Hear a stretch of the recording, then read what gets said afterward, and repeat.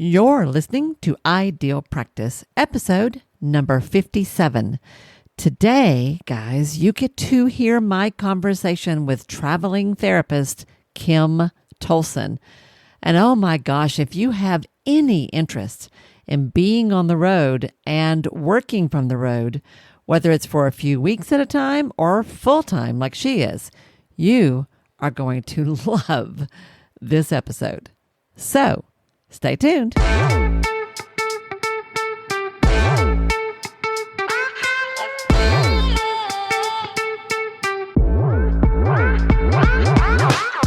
Hi, I'm Wendy Pitts-Reeves, and with over 2 decades of experience in the private practice world, I've built my 6-figure business while learning a lot of lessons the hard way. This is the first podcast that shows you how to apply the principles of energy, alignment, and strategy to build a practice that is profit-centered, but people-forward. This is the Ideal Practice Podcast. Hey guys, and welcome back to another episode of Ideal Practice. This is your host, Wendy Pitts-Reeves, and I am so glad to be here with you. I hope you're going to get as much fun out of this episode as I did. At the time that I recorded this conversation with Kym, it was back in the fall. Do you guys remember back in the fall of 2022, I was getting ready to take off on my first month-long camping/working trip? You remember that? I had been invited to speak at a conference in Pennsylvania, and I'm like, heck, if I got to go, let's turn it into a trip. And it honestly is pure coincidence that I happened to have this conversation with Kym right before that, but how timely that was and how helpful it was, because we covered everything, so many things around what it takes to travel, to be on the road, and keep your practice running at the same time. This is going to be good, y'all. So let's get in to the interview. Good morning, everyone, and welcome. This is Wendy. I'm back here with Kym Tolson for our second conversation with her. I hope you heard the first one. If you didn't, I'll be sure and post a link to that in the show notes below, because we had an entire conversation about bookkeeping and insurance billing and all that icky stuff that actually makes it possible to live the life that we're going to be talking about today. Because this is the fun conversation. I just told her this is really the one I wanted to have. I said nobody wants to talk about insurance billing. No, we want to talk about travel. So say hello, Kym, and welcome to the program.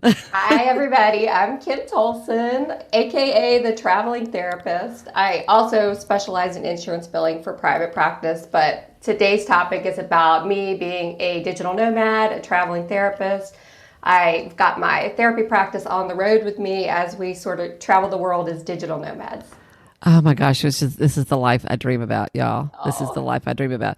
So you have two businesses. This is becoming two businesses, right? Absolutely. Mm-hmm. I remember in our first conversation, one of the things that struck me was that over and over again, you take either problems and turn them into opportunities, and you take opportunities and turn them into a business. Absolutely. You're really good at that. Travel and make money. Travel and make money. So tell us let's start with, where are you today? Because you're on the road, and every time I've talked to you, you've been somewhere different. Where are you today? Today we're in Florida. We're in, it's called South Hutchinson Island. It's just this little island off of the coast of, Fort Pierce, down that area in the east coast of Florida. And we just got here. We rented an Airbnb right on the ocean front. We're here for a month. Oh, wow. Yeah, it's beautiful. The balcony just overlooks the water. The bedroom overlooks the water. It's just gorgeous. Oh my gosh, you're renting an Airbnb for a month on an island. Yes. And we've got the rest of the winter planned out. So we've done a month in a bunch of different places in Florida for the rest of the winter. And then in the spring, we're heading out west. So we're going to hit like California, Oregon, the whole Pacific coastline. And then come back around through Montana. Yeah. So I have all these questions I want to ask her, y'all. And she just made me think about another one, which is planning. So tell me about first of all, how long have you been on the road? How long have you been doing this? Since February 2nd, 2022. So 2/2/22. Not that long. Yeah, Not that long. Right. Mhm. Yeah. Yeah, So we were going to do it in February of 2020, and then COVID hit. So the place where we were temporarily, we decided to sign a lease and kind of lock down there. So we had to put it off for a bit, but now we're like officially digital nomads. Yeah. wow. Okay. So is this something that you have always wanted to do? Is this something that like how did this even arise in you? Is this a desire you've had for a long time, or did you kind of stumble into it? Well, I love to travel. And in my brick and mortar office, I was taking about 8 weeks off a year to vacation. So I was like cramming all my clients in, and then I would take a week off, and then I'd cram all my clients in and take a week off. And then I realized like in 2018, this like online therapy thing, I didn't even really know you could do that. And I sort of stumbled upon the online therapist group on Facebook. And I was like, wait a second, these people are like working from anywhere and seeing clients. I don't get this. How is this working? So I took a course, and within about 6 months, my practice was all online. And I was like, okay, this is awesome. Now we can start traveling. And then I started to figure out there's like all these other logistics that you need to think about Yep. as an actual like traveling therapist, you know? So you were ahead of the curve. You went online before the pandemic forced the rest of us online. Yes. You were ahead of that. That's really good. I was glad about, yeah. So you've been doing online therapy now for 4 years. That part you've been at for a while. The travel part's what's new. Awesome. So tell us, how do you do this? Like how did you had to, well, just to get into it, you had to do certain things, right? Just to prepare, because you are full time. So did you have to, you said that you had a brick and mortar office at one point. You have, I'm assuming you had a house or an apartment or something at some point. Tell us about all that process of just getting ready to go on the road. Yeah. So, well, it was sort of a multi-step process. My boyfriend owned a home. I owned a home. So first I just was like, okay, I'm going to just go online from my home that I own, and we're going to be able to travel. We're just going to like stick our toe in and see how it goes. And then we were like, this is working. There's, it's not really a problem. He can work online pretty much. He's like a IT contractor, so he can get a job quickly from anybody, and they'll let you do remote pretty much from anywhere.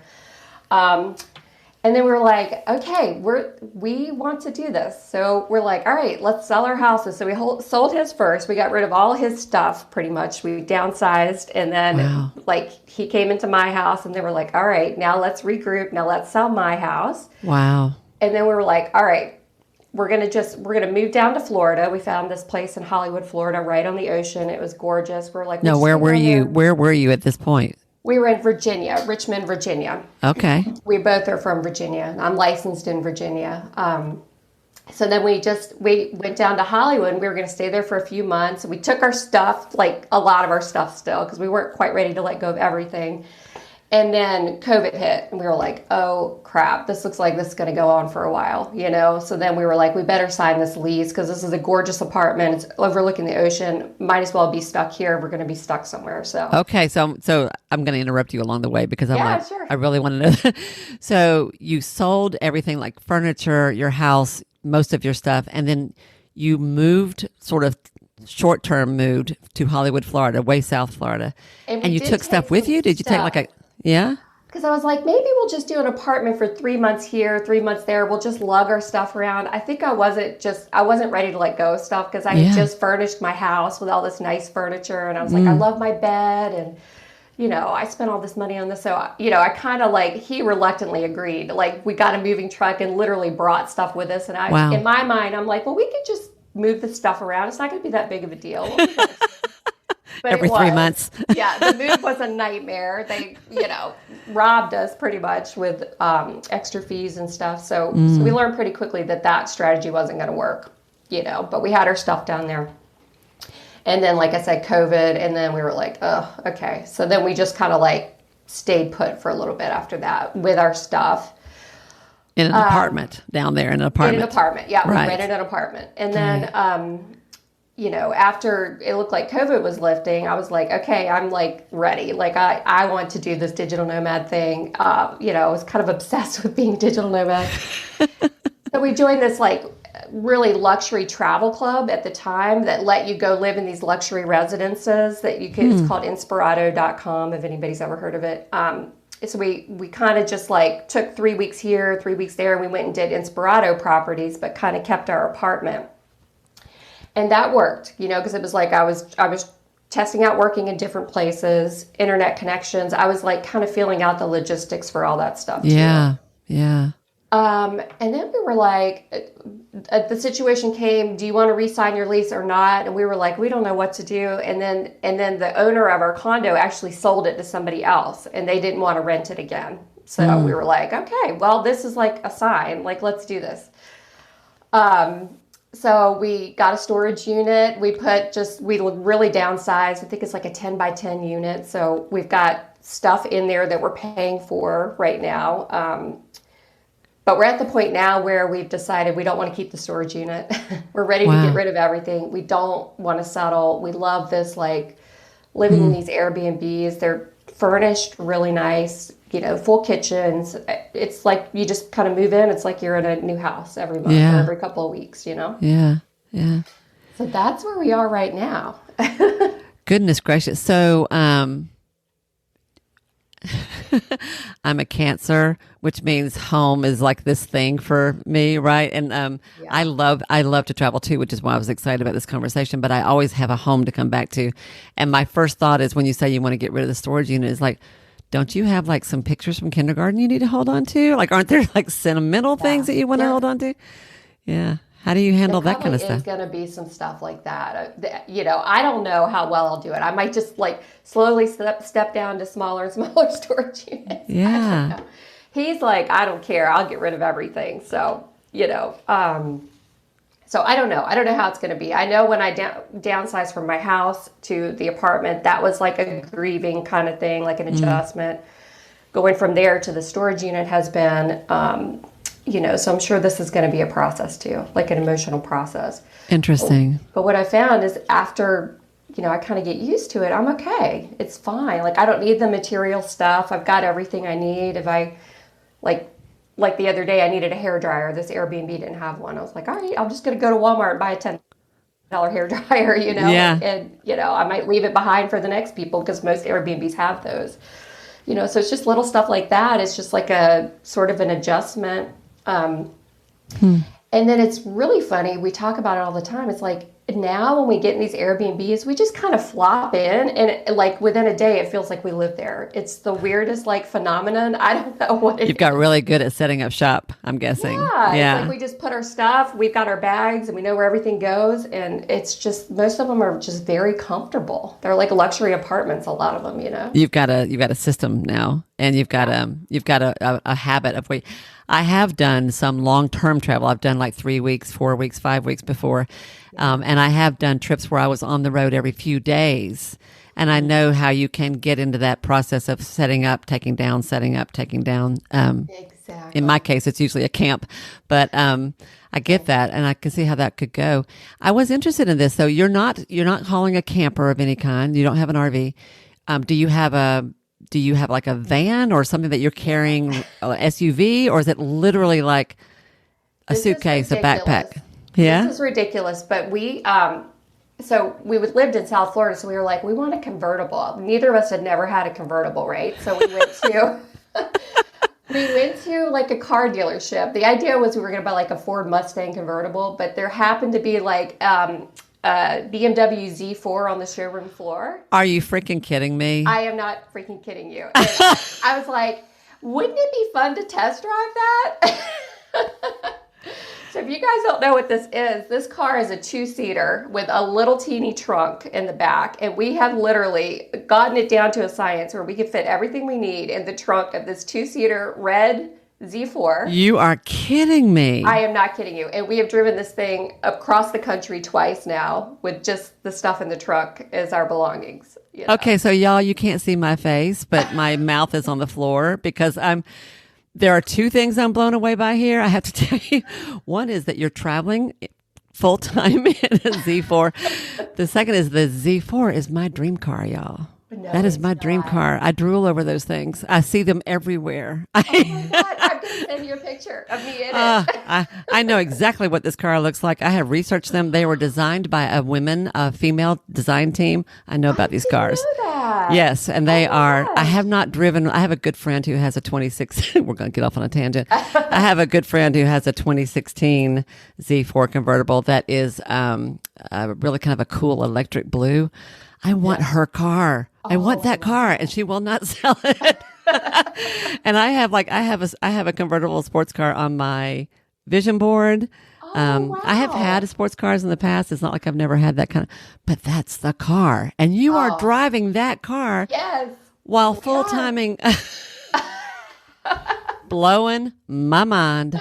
Yes, Oh you my are. gosh, it's amazing. And my boyfriend is 6'3", so he like barely fits in this car. He's like a It's sardine in really it. tiny. Yeah. It's like a Mazda Miata only up level. You know, it's a high end. Wow. It's nice. And we just put the top down and we just drive across the country with the top down. It's Wow, so you fun. really are streamlining it. You really Yeah. are streamlining. Yeah. That tells me that you've got to have your money going well. You've got to be, Yes. that the money has to be flowing and well managed for you to be able, because that means you're not carrying your house with you. You are paying for your house as you go in various Yeah. ways. Absolutely. Yeah. Yeah. So talk to me about the logistics piece of this. Like Okay. I am interested in how do you handle the money? How do you budget for this? How do you think about it? Like, how do you plan your finances to support this? I hadn't planned on going there, but that's an important Yeah, question. it is an important question. So the other part of me is I'm a serial entrepreneur. I am a kind of a workaholic, like seriously, like it's sort of a problem. Like I'm always working. I'm trying to get better at that. But I've developed a lot of income streams. So I have a lot of money that's coming in. Like I have sponsors that sponsor my podcast and sponsored to do like lives in my Facebook groups that I've started. So I have a lot of affiliate money coming in, and then I've got courses that I sell. I could go on and on. I have a ton of income streams. I've got a I remember that you had like directory. 7 or 8 different ways of making money from our I last do. conversation. Yeah. I Yeah. do. So I mean, I'm fortunate, I'm blessed, but I work my ass off, Yeah. to make a ton of money because I want to be super comfortable. I want to be able to have the nicer Airbnb versus one that's like $80 a night that Yeah. might not have, it might not be a great place to stay. So Yeah. I work hard because I want to have a nice life and I want to travel and, when I go to these places, I like to like sign up for excursions and hikes and, I like to do that kind of stuff. So, I really say I developed all these income streams to fund my traveling obsession. Like it all filters back into being able to like travel and explore and just like live this awesome life. And you do still have a clinical practice. I know it's smaller. You don't see as many people these days, but you do still have clinical practice and had a fairly full clinical practice, I think, when you went on the road. Yeah, Yeah. absolutely. And Yeah. I slowly whittled that down to clients that are kind of easy clinically, Yeah. that I've seen for a long time that they just kind of like need like a pop-in session when stuff comes up, like adjustment disorder type stuff. So, Yeah. Yeah. yeah. So, so many questions. It's like one of my challenges is like, what do I ask first? What do I ask second? So the finance is one thing. So let's talk about the logistics of that. I assume everything is online. You probably bank in one place. All of your money is deposited into one place. It's all electronic, so that's not an issue.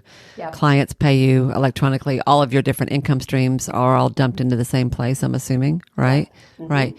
Do you have a budget? Do you plan a month at a time or 6 months at a time? Or do you try to just kind of keep a certain amount in reserve and a certain amount in active funds that you just kind of know, like how do you plan for that? Or you don't really have to at this point? I You may don't. not I have mean, to. I feel real lucky to not have to. I used to Yeah. be really careful about that stuff, but I have enough coming in that You it don't really have supports. to. And, I still have money to put into investments, which I'm really big about.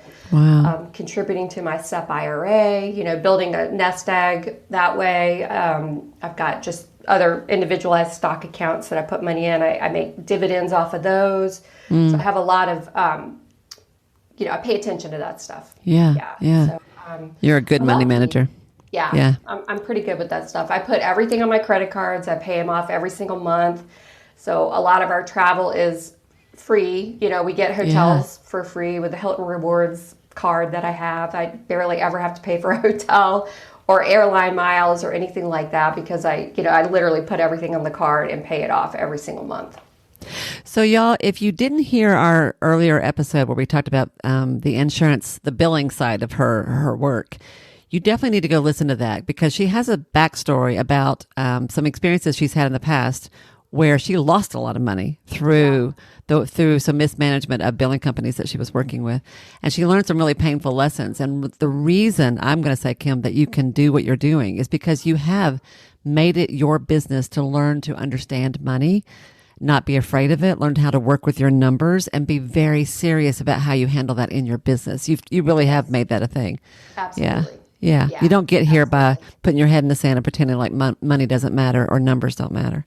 Yeah, and Yeah. that was a big part of my story. Like I had billers and I let them do all of it and I didn't pay attention to any of it. I just saw my clients and, I did pay for it. You're right. I'm Yeah. glad you brought that up. Yeah. And I am, I say I'm not careful, but You are. I know I've got enough coming in to take care of what I'm doing, Yeah. like that kind of thing. So Yeah. But it was a transition to get to this place. And Yeah. I think it's important to talk about that because I think we as therapists and healers, all allied professionals, all folks who are kind of in the healing industry, most of us are not good at this kind of thing and don't really want to think about it or talk about it. So I come back to this all the time because I say it because it's my issue. It's the issue Yeah. I have trouble paying attention to. I struggle with it. I hate dealing with that stuff. And I have learned the hard way that I better pay attention to it.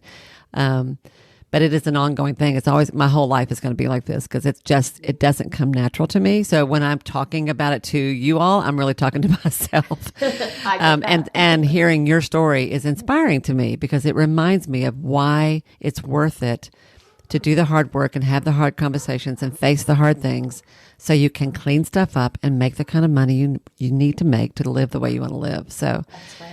That's right. so tell me, so with your clients, with your business, talk to me about the logistics. Like, everybody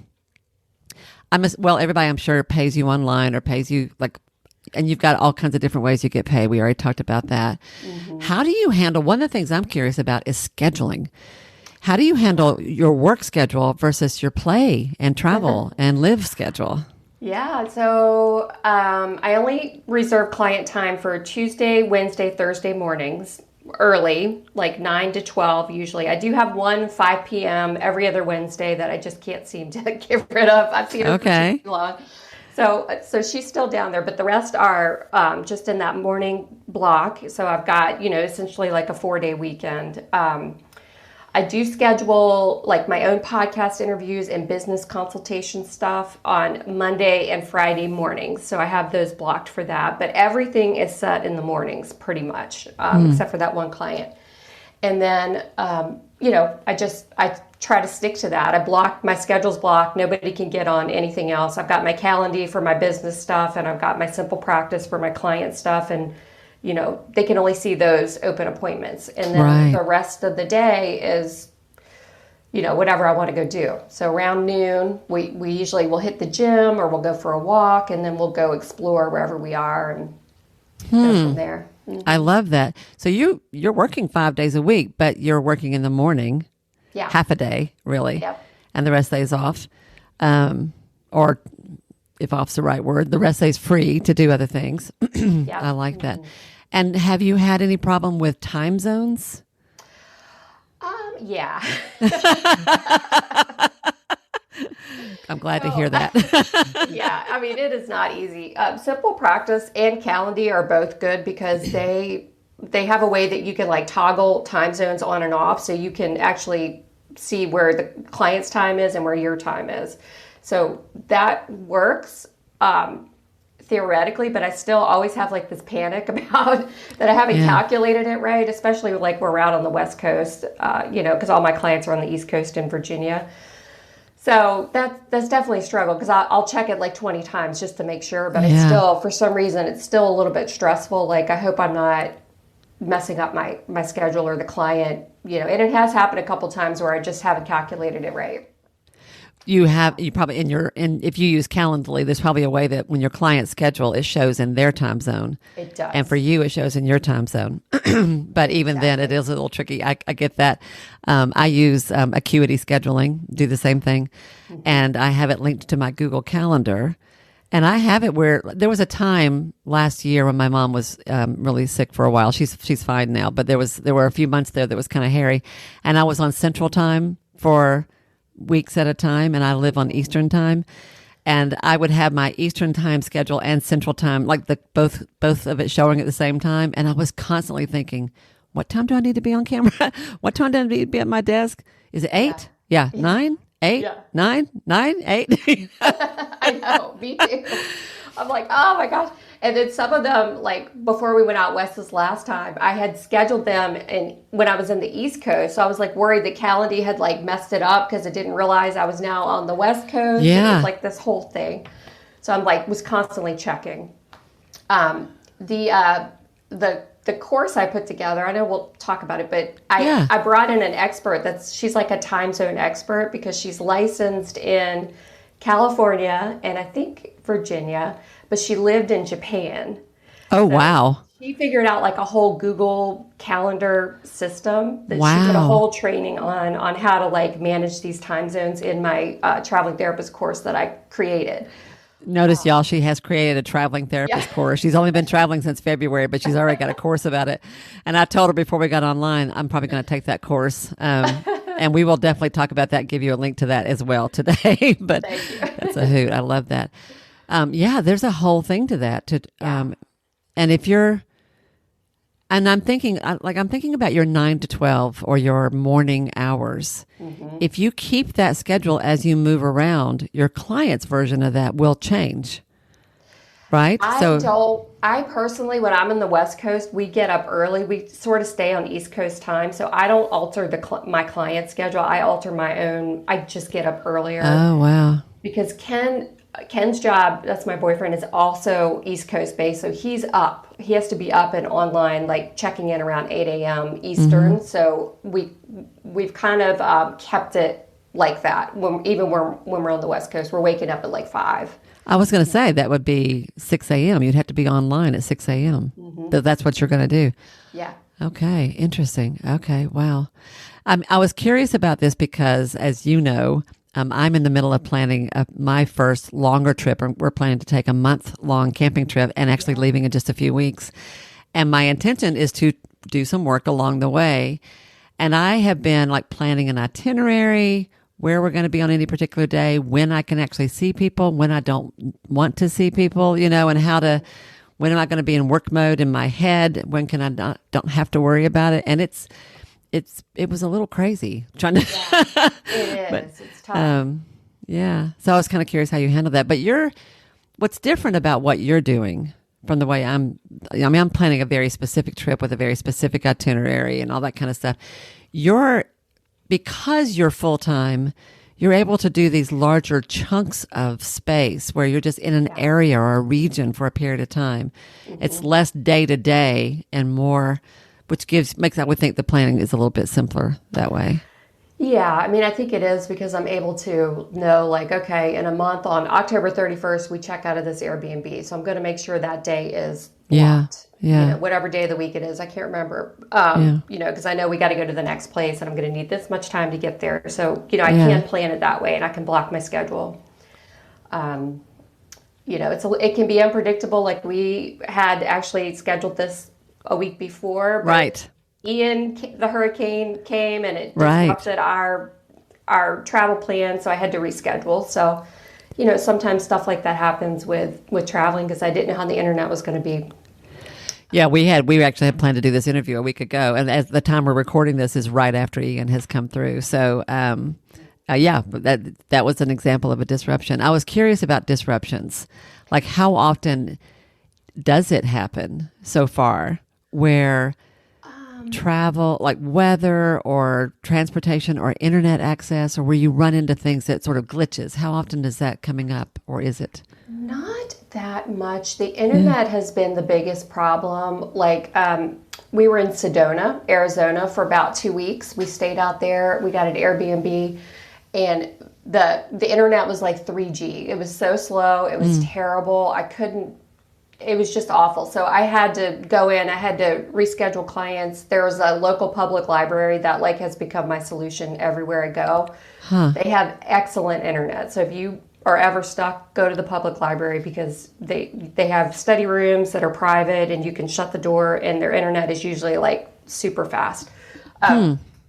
So when we were in Sedona, we were on a different time zone, so I was having to get up super early, and I was driving to the library, and the library wasn't even open yet, but I got the Wi-Fi password, so I'm sitting outside of the library with my laptop, your car, my headphones, okay, connected to the public Wi-Fi, and that's how I managed that situation.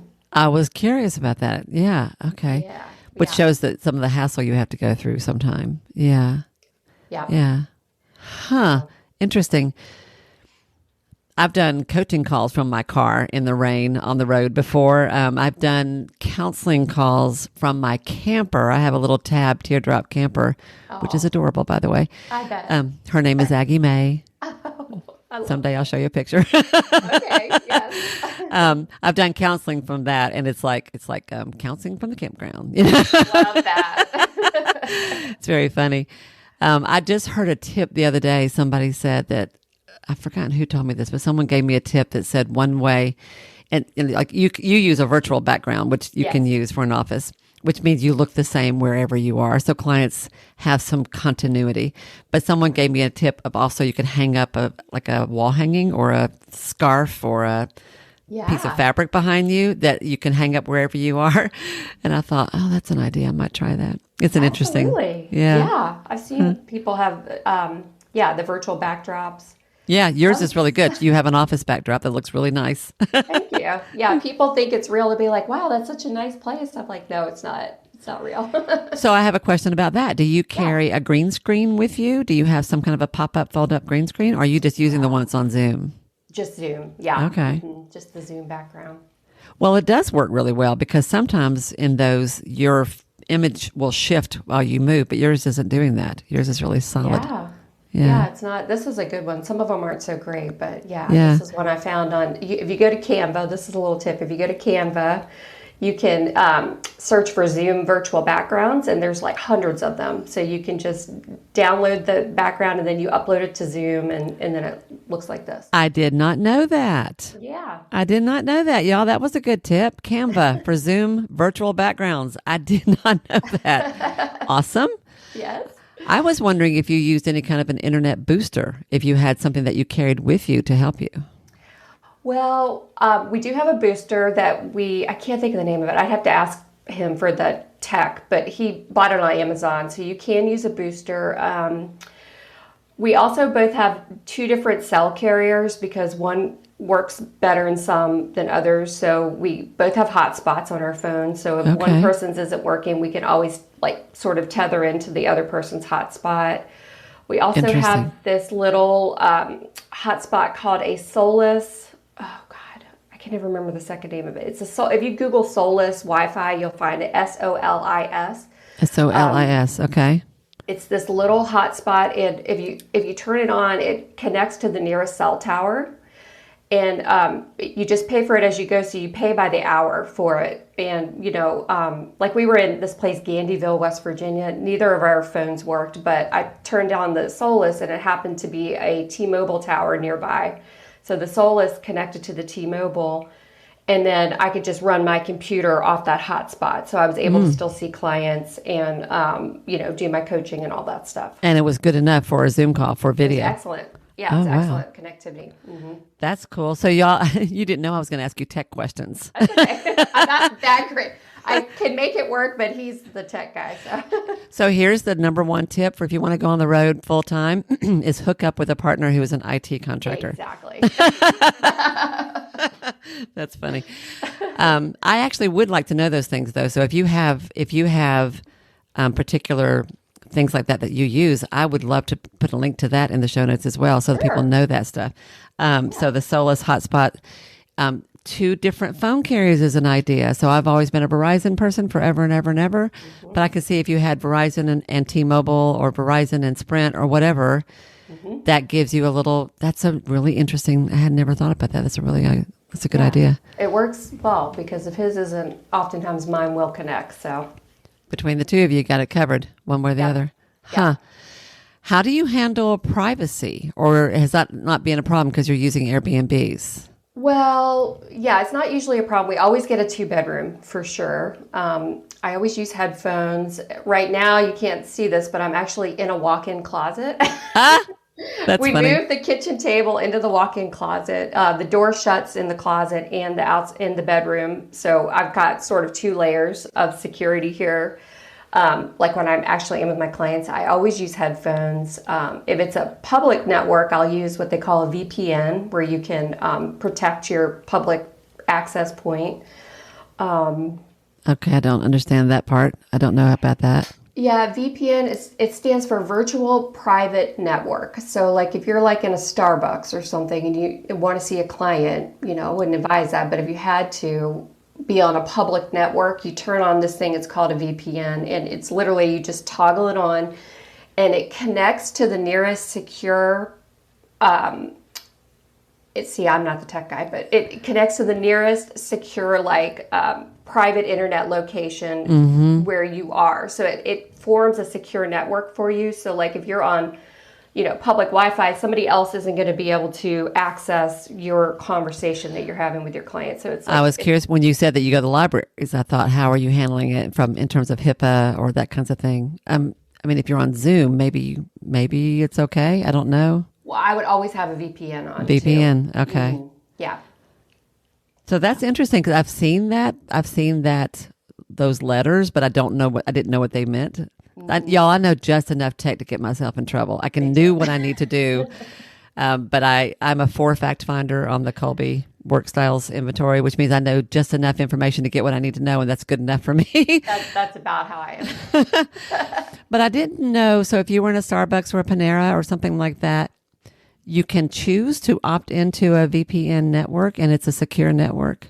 That's interesting. Well, it's a device that you would have installed on your computer or your cell phone. It's the one I use. It's called PIA VPN. If you go to like the App Store, you'll see it. PIA VPN. Okay. And you download it. It's like an app you download. And you could put it on your computer. This is awesome. This is very practical stuff, which I was hoping we would get to. So if you're on the road and you have a clinical practice and your privacy of your calls is really important, you can download an app on your phone or your computer. Is it both, right? Yeah. Mm-hmm. That enables you to take a public Wi-Fi access and turn it into a private secure access, which is brilliant. Mm-hmm. If you're in a place where the internet is iffy, have 2 different phone carriers, so you're more likely to find a decent cell tower, or have this little booster thing that help. And I'm familiar with this concept because we've talked about it for the camper. Yeah. A booster, it's a booster that it won't create a signal where there isn't one, but it will boost one that's close by and make it stronger, right? Yeah. Sort of. And the 2 things I'm super obsessed with right now, I just wrote a blog article about it, is Starlink, Elon Musk. Starlink, which is, satellite internet that is accessible. Right now, it has been released, and I just talked to somebody the other day who's using it in the mountains. And then there's this other thing called Mobile Must-Have that's for RVers. And it's like a portable satellite Wi-Fi that supposedly is excellent for people that are in that situation that need to have internet with them all the time, that are really trying to live in very remote places. Wow, so those that's are two things you can research too if you're in that situation. So Starlink, I've heard of Starlink. It's a way of getting Wi-Fi access where you're in places where you're really, really remote. Yeah. It's like satellite. Internet, but it's affordable. It's supposedly going to be affordable. Supposedly it's going to be the solution for all of us, but I don't know about that. Because the whole world is going this way. And is Mobile Must-Have sort of another version of the same thing? Mobile Must-Have, I'm still working on the blog article, but it's more, from what I understand, it's you have the satellite and you connect to the cell tower. Somehow they amplify the reach to the cell towers. Interesting. So it's a little bit different. Mm-hmm. It's fascinating, isn't it? All these different ways that you can get something done. I love it. The tech you can feel a little crazy about this, y'all, but there's all kinds of forums and there's help out there and people like Kym who can help you figure out how to do this. And the tech is important. That's the key to making this work on the road, right? Yeah. It is. Having a solution so you don't get so frustrated that you don't want to do it. Yeah, it feels really bad, I will say, when I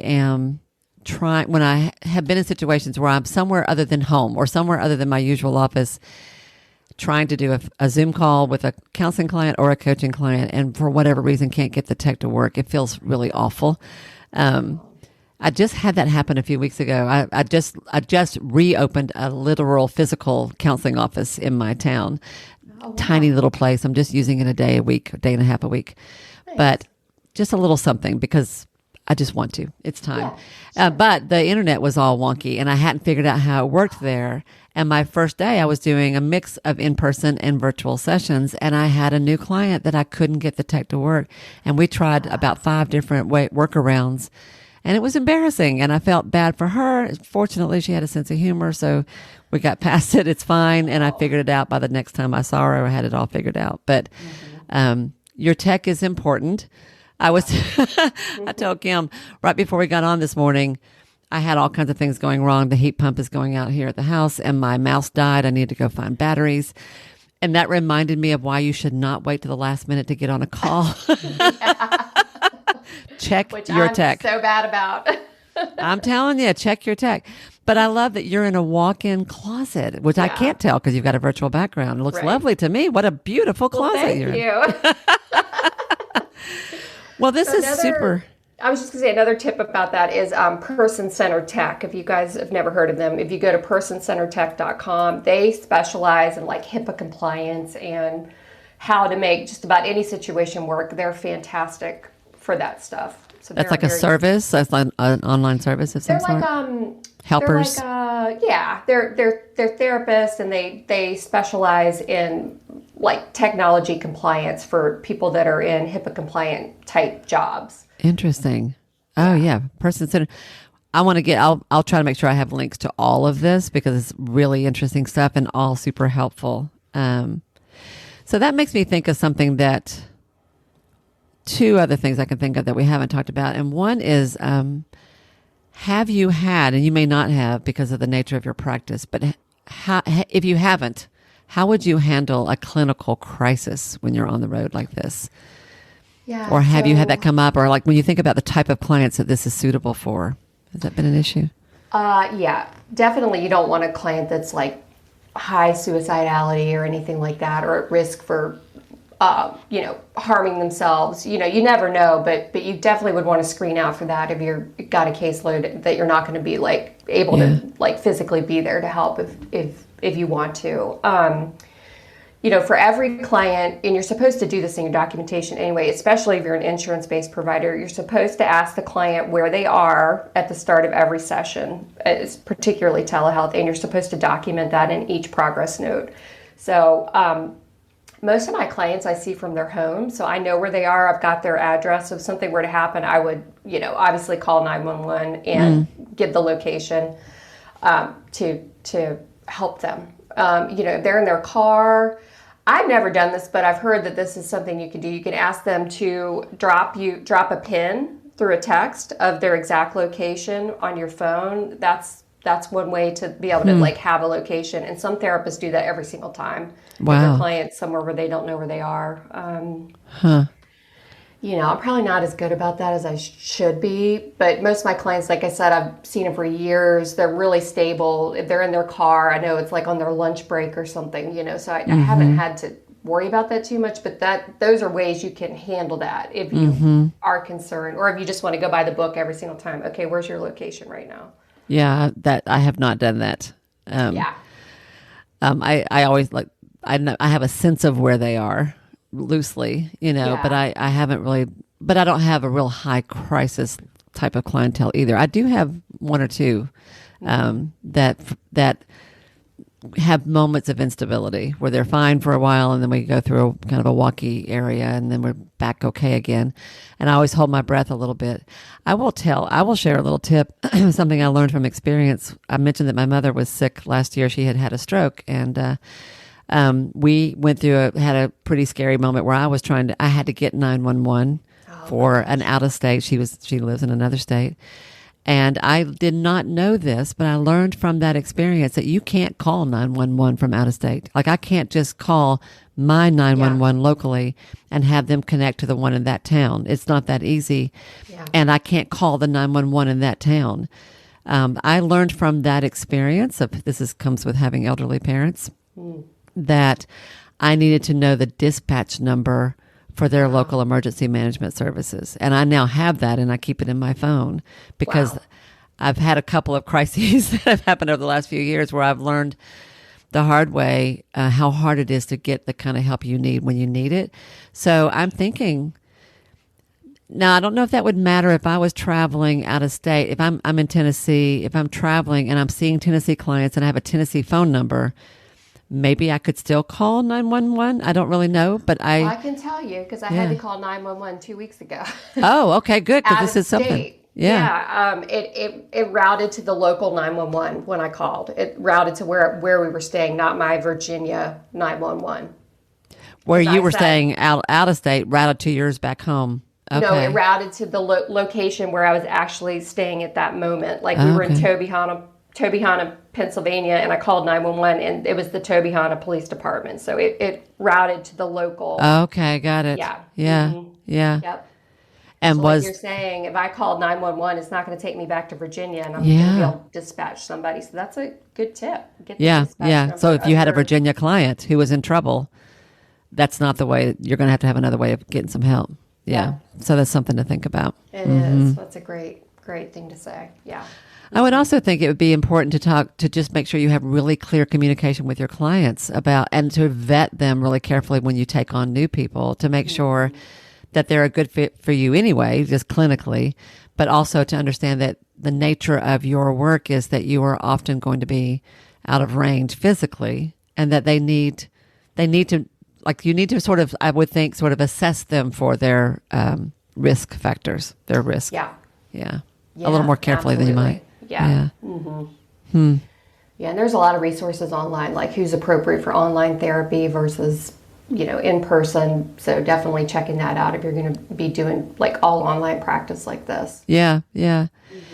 So all of that is about being more intentional and mindful of the business that you're building and the practice that you want to run, and everything from who you see to how you set up your clinical hours, to the communication with your clients, the sort of boundaries around your time, and how you manage an emergency. All of that, I think, would be something that you would have to think through.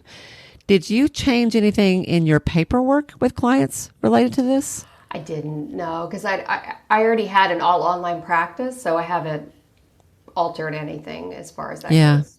Yeah.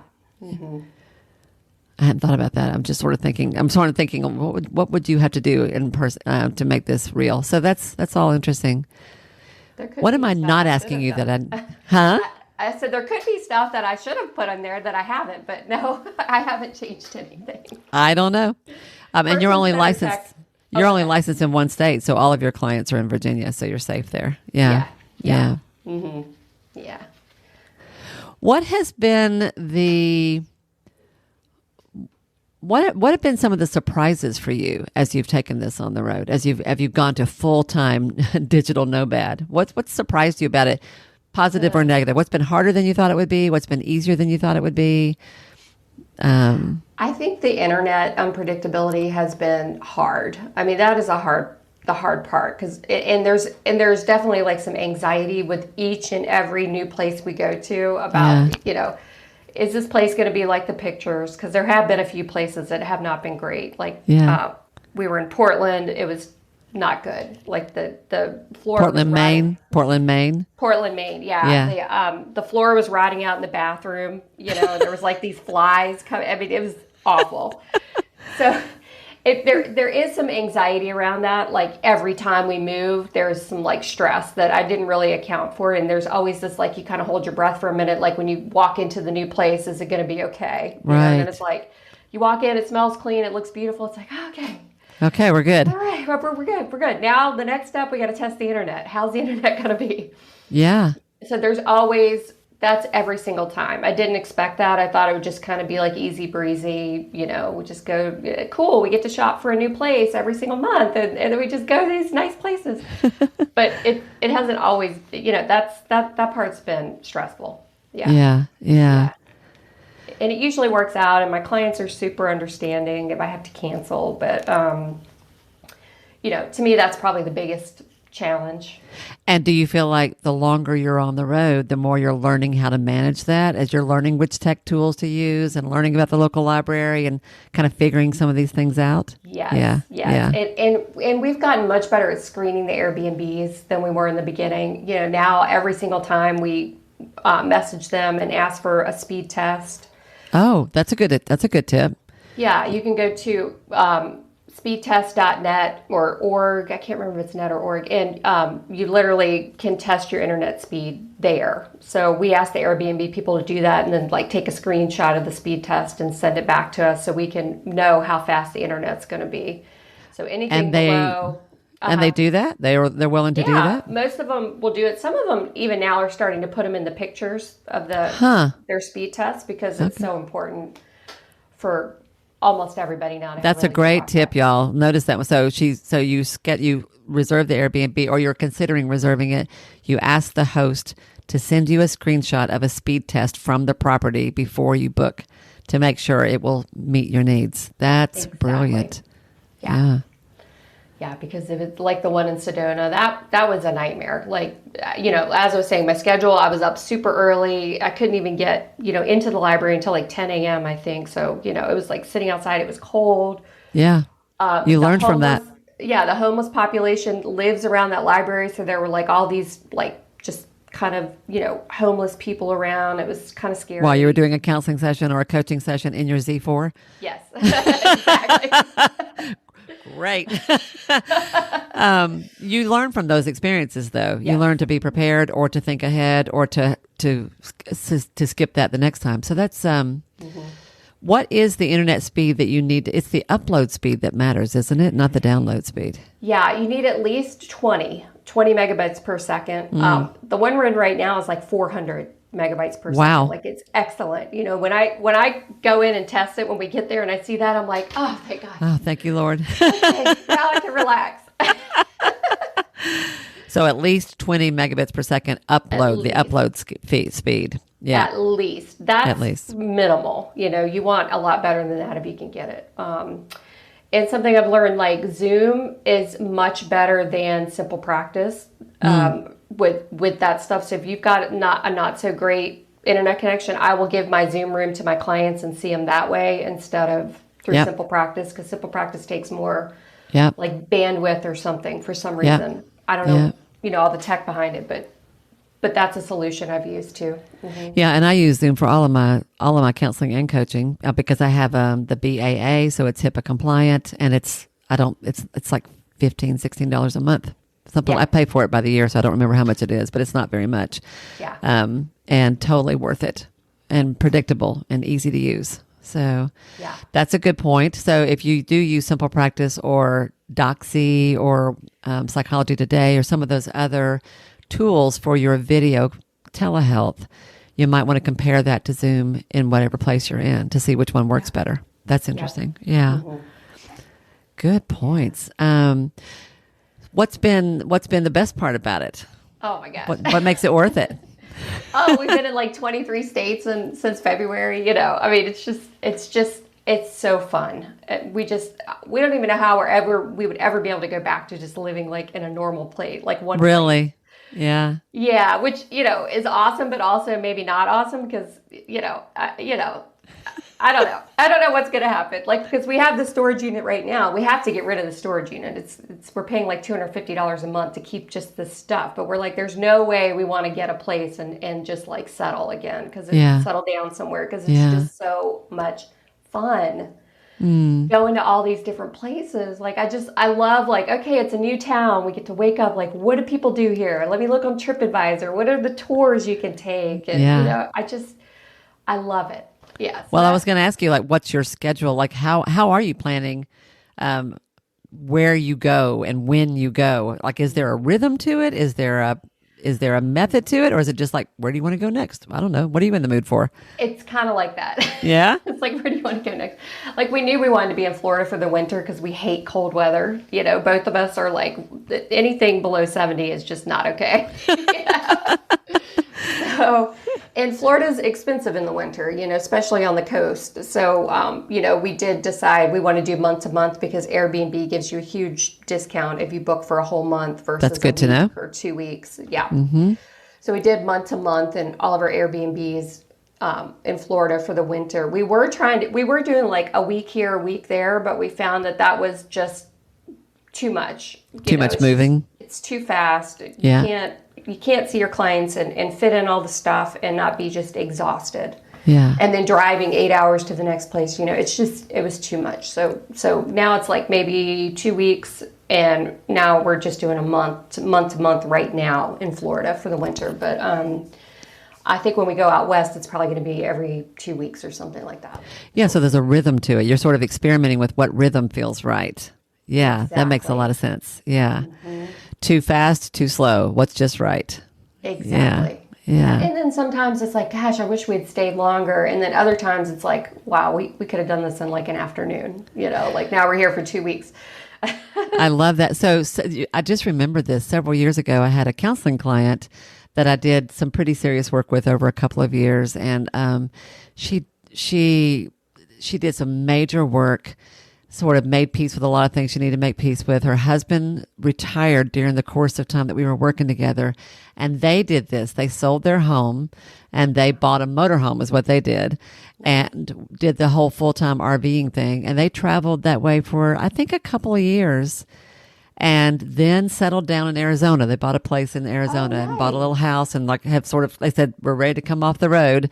But I loved so much sort of watching her live this life that was so much better, that she had worked hard to get to, and that they both kind of gave themselves permission to let go of what they always thought they had to do so that they could do what they really wanted to do.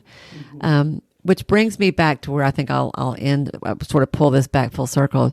Yeah. You started off by saying you had to sell his house, and you had to sell your house, and you had to sell all your stuff, and then you had to, and that you went through a little bit of a grieving process as you let go of your home in Virginia, and maybe, and how that's part of this, isn't it? It's like learning how to let go of what has been so you can make room for what could be, which is always a challenge, isn't it? There's always tension around that, no matter what we're talking about, relationships, jobs, businesses, homes, lifestyles. Whew, wow. Absolutely. Yeah. I love that. Well, I love that you have done that, and that you are the Z4 is what's going to make it for me. I'm going to be thinking about that for a long time. I just really love that. But I mean, when I think about full-time travel, I think about it mostly from the point of view of a camper, because I love to camp, and I just, that's just how I think about it. But I would not have thought this was possible. Let's me put it that way. And it makes me think, like, I want to see your packing list. Like, you know, like what are the negotiables? What are the non-negotiables? What is it that makes travel on the road more comfortable? And what do you find that you really could live without? Like, all those kinds of things are really interesting. Yeah, definitely. The Traveling Therapist Facebook group, we talk about that stuff. I put my packing list and how I manage it, you know, just all those like tips and tricks. And love it. I love putting a post in there and just like getting everybody's feedback. That's like one of my favorite things about that Facebook group. It's like what are your ultimate like packing, you know, supplies when you travel to Europe, you know, like that kind of thing. Like I love that stuff. So I hear you. It's it's really great. So good. So I can geek out on that for a long time. And so could my partner. Like, oh, I just learned about a new booster for the camper. We should go look at that, you know. Yeah. I think these little plastic boxes will work better than those little plastic boxes, you know, that kind of thing. What, do you have one or two tips that you would like to share with somebody that if I was thinking about starting this, or a therapist or a yoga teacher or any kind of healing person is thinking about, you know, maybe I could take my business on the road and see what it's like to live that way. What advice would you give them? One or two tips that you'd be like, if nothing else, do at least this before you start out. Yeah, I mean, I think just think about like what your authentic lifestyle would look like. Like, are you the type of person that wants to just do this full time? Like, really think about that and then figure out how to do the logistics around that, you know?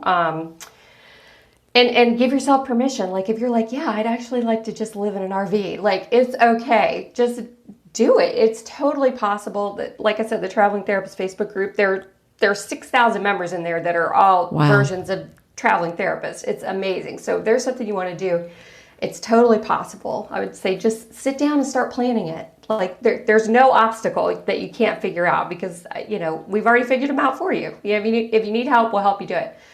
Love it. So tell them your links. Tell them you've got a group, you've got a Sure. course. Let's go ahead and tell them that. How do people Gosh. reach you? How do they learn more about you? How do they follow you?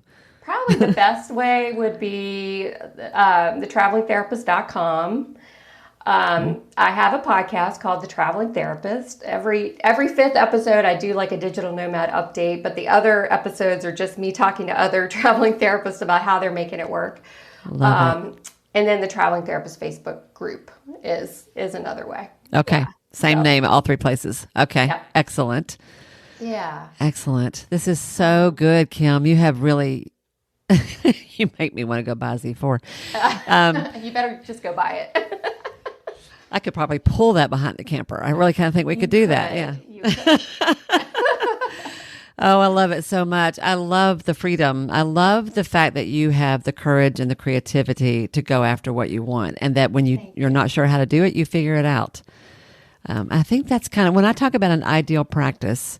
This is a beautiful example of how an ideal practice can be different from one person to the next, and that even when you think you know what it is, you change your mind. You try something new.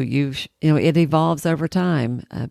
This is just, you have shared with us a beautiful example of what an ideal practice can look like on the road. And Thank you. I just appreciate it so much. Thank you. Thank you for inviting me. And I love this conversation. It's so fun. So before we close, is there anything else, anything I haven't asked you, anything that's, one last thing, anything that you need to say that would make this conversation complete? Just one thing we didn't touch on at all is like licensing boards and that sort of thing. So I would just caution everybody, check with your licensing board, make sure it's okay for you to not be located in your state of licensure when you see your clients. Most states just want the client physically located in the state at the time of service. So that's usually all you have to worry about. There are some states out there that will not allow you to practice in their state, even if you're seeing clients in your state of licensure. So like, for example, Texas does not want LCSWs practicing in Texas at all, unless you're licensed in Texas. So, Good Lord. there are some states like that. So if you know you're going to be like traveling to another state, look into that. At least make an effort to ask the licensing board in that state, can I practice in your state? You probably won't even get an answer because they never answer you back. But at least you've done your due diligence in case anybody ever asks. You can say, I tried, just nobody got back to me. So, make the phone call, document it. Yeah. Exactly. Yeah. So. That's really helpful to hear. That would not have occurred to me. My understanding is that as a licensed provider in Tennessee, I just need to see people in Tennessee, but I don't think it matters where I am. It matters where they are, so that it would never have occurred to me that anybody would care about that. So, Good Lord. So do you think about that when you're planning where you're going to go next? Do you look into that? Well, yeah. I actually put together an entire guide. It's one of like my freebies on my email list if you get on the email list. But I checked with every single state and for LCSWs, LMHCs, and psychologists and asked that question. Not all of them answered me, but a lot of them did. So I put it in this guide. And in a hilarious turn of events, I was in Texas and somebody posted in my Facebook group that they can't practice from Texas because they looked at my guide and I didn't even realize it. Oh, wow. Like, oh my God. I was like, I didn't even look at my own guide. Oopsie. Oopsie. But that's also an example of how hard you work, that you went to the trouble to figure that out. I mean, that's a lot. I can't even imagine how much time that took. It's a lot. Well, I had my VA do it. I do have a virtual assistant. So I wrote the email and had her reach out to every single board. And as we got answers, she put them together in a document for me. But You I are wanted that. something. You are such a rock star. Such a rock star. Thank you. What a treat. Well, thank you. That's really good advice. That's a great place to end with. I'm glad you brought that up. So that's awesome. Y'all, I hope you all have enjoyed this as much as I have. And if any of you all know where I could get a deal on a Z4, let me know because Right. I'm going to be looking. This is really, really great, Kym. Thank you so much for this. You're so welcome. I'm going to listen to this myself over and over again. I'm going to go look up your Facebook group and I'm going to be following you because I'm one of those people. So this is just great. Thank you. It's been a hoot. Thank you. Thank you. All right, everybody. With that, I'm going to let you all go and we'll bring this episode to a close. But I hope that you will go look Kym up, go follow her on Facebook. If it stirs your blood the way it does for me, by all means, connect with her because she's figured it out and is continuing to learn. And I know that as she continues, she will share all of that with us as well. So this woman is worth paying attention to. Thank you all for being here. Have a great week. And I'll see you next time here on Ideal